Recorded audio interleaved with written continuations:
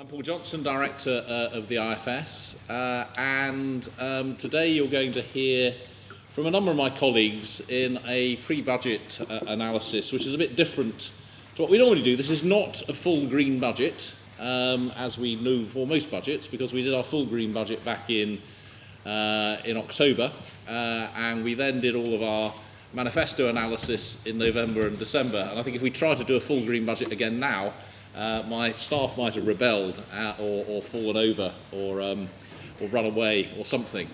So what we've done instead is to put together a series of presentations and the press release that I think you have, which sets out the main, some of the main issues which the Chancellor, the new Chancellor, will be facing in just a couple of weeks' time. Breaking all sorts of records. I think this is the shortest period that someone has been a Chancellor before they've actually produced a budget, and the longest period between budgets since at least 1900. We didn't look before 1900. Last year was the first year, certainly since the 19th century, that there wasn't actually a budget.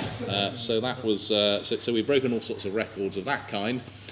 We didn't have a budget last year. The budgets the 2 or 3 years before that didn't do very much because they couldn't, because there wasn't a majority. So we might expect this to be quite a big budget, even though actually, in terms of its promises, the Conservatives did not have a very big manifesto. There's the implication that there will be a lot of increased investment spending, but for all of the chanting about the number of additional police officers and hospitals and so on, you look at the Conservative manifesto, as we said back in November, there's very little in there in terms of actual promises for changes to day-to-day spending or indeed promises for tax changes. And yet, as you will have gathered, there is a real sense that this is a government which will do stuff, that will change things more than we've seen over the last few years. It's also the case, as you'll hear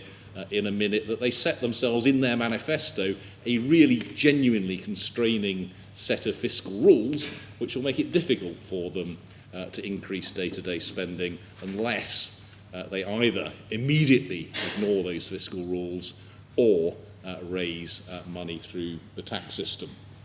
We know that this is a government which is concerned about geographical inequality. We know that this is a government which is going to have to deal with trade after Brexit.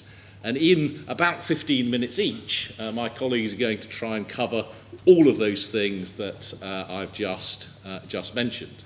So we're going to kick off with Isabel Stockton, who will talk about the fiscal situation and the fiscal rules.